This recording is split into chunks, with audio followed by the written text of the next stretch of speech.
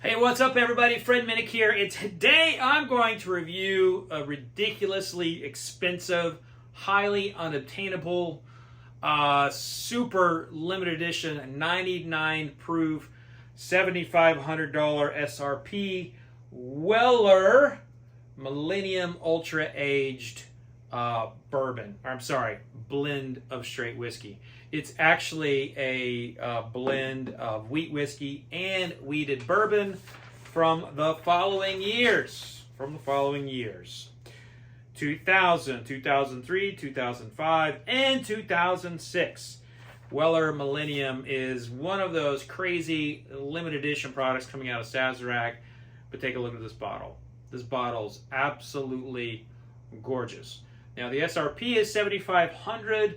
I gotta say that's probably a little bit more aligned with what people are willing to pay than Pappy's SRP, which is also distributed and managed by Sazerac, which the Pappy SRP is not even $1,000. It's like $329 or something like that for the 23-year-old. So this is more in line with what people are willing to pay. Will you be able to find it? Probably not. Will I be able to find it or afford it? Probably not. This is a media sample after all. So consider this to be for entertainment purposes only. So I do want to say, I apologize, I've not been able to be dropping reviews like I normally do. Been pretty busy with the Ascot Awards. We just announced those. I've got a link in the description if you want to check that out. All the videos are up. The best bourbon was a huge shocker. I'm going to do a video about that later on, but it's airing on the Spirits Network right now if you want to go check it out. That link is in the description. I'm telling you, what won best bourbon will blow your mind. I didn't even know what the brand was. I had to look it up. So I'm going to taste this, and just again, the chances of us being able to find this in the wild are slim. And if you want to drop that kind of coin, more power to you. So here we go.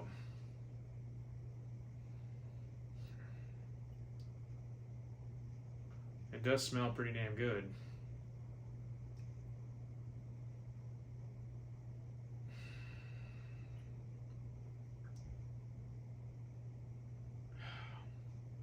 Okay, so this smells like a cadre of like a lot of different kind of nuts, a lot of chocolate notes, a lot of caramel notes. It actually reminds me of like a candy shop I went to when I was a kid, and my mama used to always get me fudge. I'd get like fudge and have big old giant pecan clusters in there, and it was like a very particular type of fudge, and I'll never forget it because the roof of my mouth would always break out. I'd get this weird lump on the top of the roof of my mouth. I guess that's an allergic reaction. I was having a reaction of something, but I have never gotten that before, and I haven't gotten it since. So I don't know, something that baker was using, but I still love that fudge and I ate the shit out of it. It's kind of like today, I probably shouldn't drink milk, but I drink milk. I like milk. Is there something that you eat or drink that you shouldn't? Gives you the gas, or maybe it causes you to have some kind of reaction that you shouldn't, but it tastes so good that you keep doing it. I'm curious because it's kind of a weird psychology. We eat and drink things that we shouldn't because we like the way it tastes. Power of taste. Okay, so one more smelling. This really does smell sublime. If you were to put in all the positive notes that you smell in a bourbon, vanilla, honey, honeysuckle, the nut notes I talked about, especially pecan or pecan. I'd say you've got some nutmeg in here. You got a lot of caramel. You got a lot of chocolate. There's some spice, but there's just so much going on. And this is one of those where, when as a reviewer, I would almost rather just sit down with this and write my notes out instead of talking on the camera. But I owe you all a review, and I'm behind on those. So I was like, you know what? What can I bring my awesome YouTube community that I'm kind of sorry that I've been missing my reviews for you all. Sorry. Well, I've been giving them to Club Marzipan. Well, actually, no, I have not. I kind of took the last month off. Anyway, I've been sucking at reviews. I'm sorry. Thought I'd make it up for you with this one, even though you can't find it. So it's kind of like, why am I giving them this review when they can't find it anyway? I'm just going to shut up and taste now. Okay.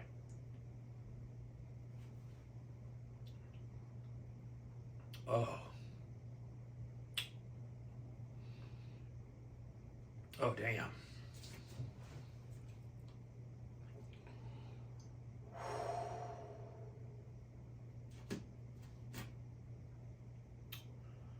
Wow, that's an emotional blend. That's wow.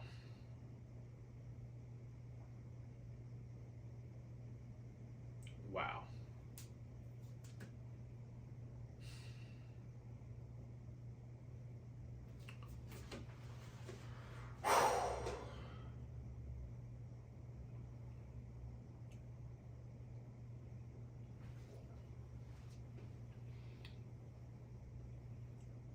It just gets up on my tongue like butter, drips on underneath there, curls up underneath my tongue, drips down my jaw lines, tickles the roof of my palate.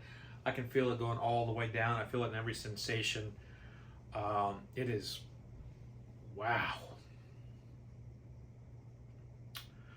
Why can't they make this like $120? Now here I'm going back to the they're pricing it probably properly. Why can't they make it $120 and make it more widely available? Well, shit, they can't. This is some fucking rare ass whiskey from a long time ago, but my God, it's so good.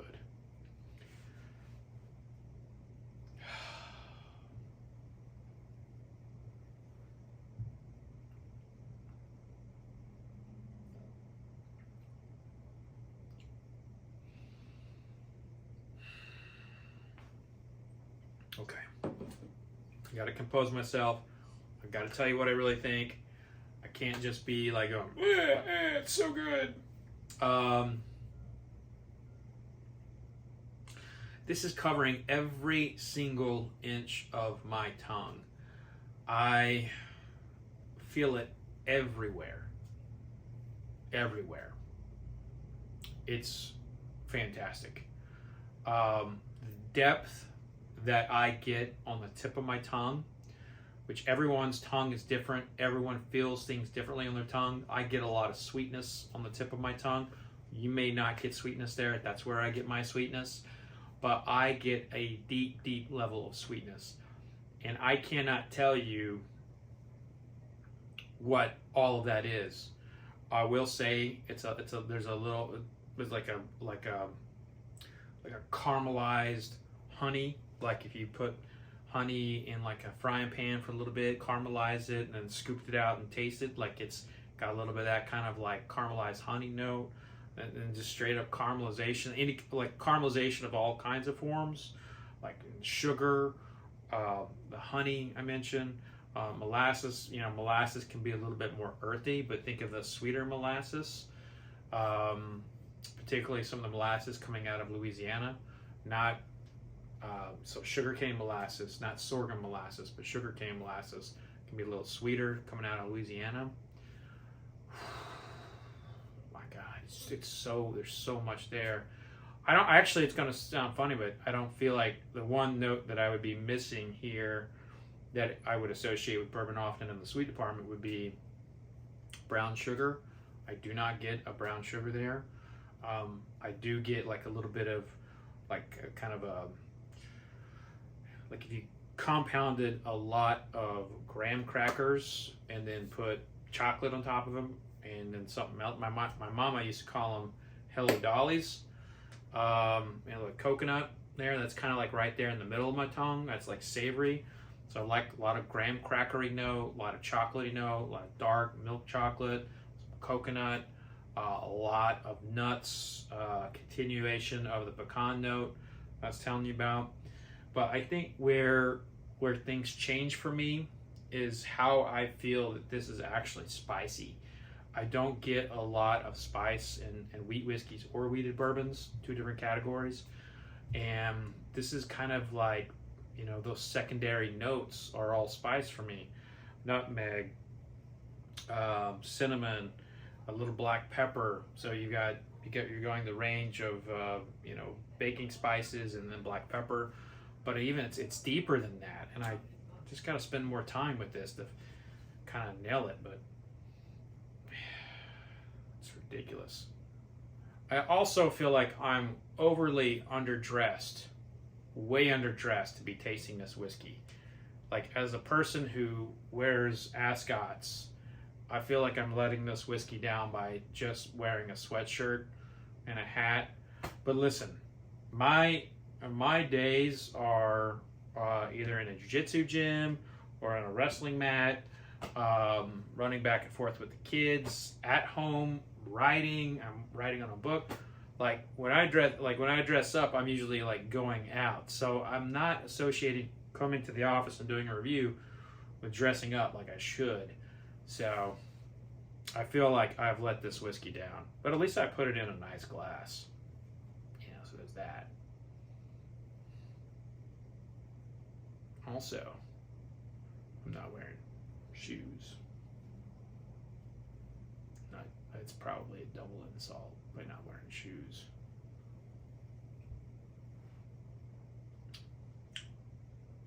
Oh my God. This is so friggin' good, it's wrong. Honestly, I just kind of like, I kind of like want to call up Sazerac. I'm like, hey, can you all just slow down for a second here? Like, this is too good to be putting out on the market. It's like, this is incredible. This is incredible. So this is no doubt gonna be, you know, I gotta look at all and see if it hits all the prerequisites for my top 100, because I don't know the bottle count, but I'm pretty sure it's more than 500. But my God, this is amazing. This is really, really freaking good. Anyway, I'm going to shut up now and finish my dram. Apologies in advance to this whiskey for not dressing properly, but, you know, it is what it is. And I thank you all so much for tuning in.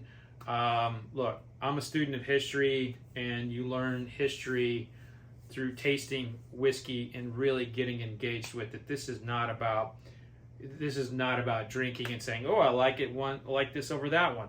It's about finding flavors and the stories behind them. And there's a story in this whiskey. There's a story in all the whiskeys around me, and I encourage you to find the stories for yourself. Check out my books. Check out Chuck Cowdery's books, Mike Veach's books. If you are genuinely in this world, you've got to understand the history and the passion and most of the lies that come through American whiskey, because, you know, there's a lot of good old bullshitting going on here, and sometimes you taste something though that goes right through all of it, and I think I just tasted one of those that did. But thank you for tuning in. If you're not already, become a subscriber to this channel. Tell a friend about it. We're over here trying to educate folks on good bourbon and other stuff. Also, make sure you check out the Ascots. Hit that link in my bio. No, link in the description. Cheers.